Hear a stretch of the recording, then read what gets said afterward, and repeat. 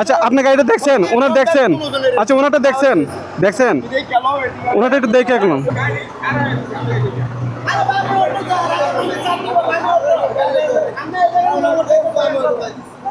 এই জায়গায় সিএনজি বাধা দিচ্ছিল, অটো লেগে সিএনজি উল্টে এলো কেন পিছনে। এই যে এই জায়গায় গাড়ি উঠাই লাইছে, আল্লাহ বাঁচেছে সিএনজিটা উল্টিছে না। এখন ভাই ভাই বিষয়টা লেগে তেমন কিছু হয় নাই, তবে আল্লাহ বড় কিছুর থেকে বাঁচাইছে। এখন রাস্তাটা জ্যাম লেগে যাবে ভাই, দুইজন একটু কনসিডার করলেন।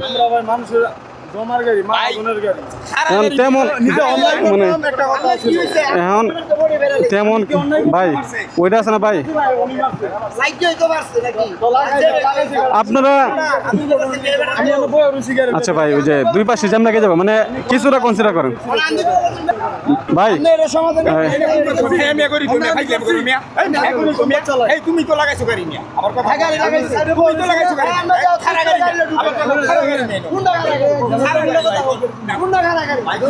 আপনি ওনারে একটু জ্বালার খরচটা দিয়ে দিলেন, মানে ভাই বুঝলেনই তো।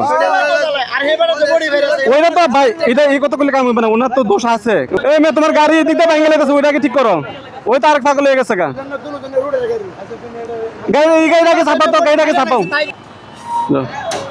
মানে গাড়ি বাস ড্রাইভারের দোষ, এই যে কতটুকু জ্যাম লাগছে এই জায়গায় আবার পার পাই লেগে গেছে। আপনার তিনটা একবার আওয়া লাগে নাকি? এই দেন তিন চারটা একবার আইতাছে একবারে, এই সিরিয়াল আইলে কি হয়? অল্প একটু সমস্যা দেন, মানে কতটুকু জ্যাম লাগছে, মানে 5 মিনিটের ভিতরে এই রাস্তাটাই পুরো জ্যাম হয়ে গেছে।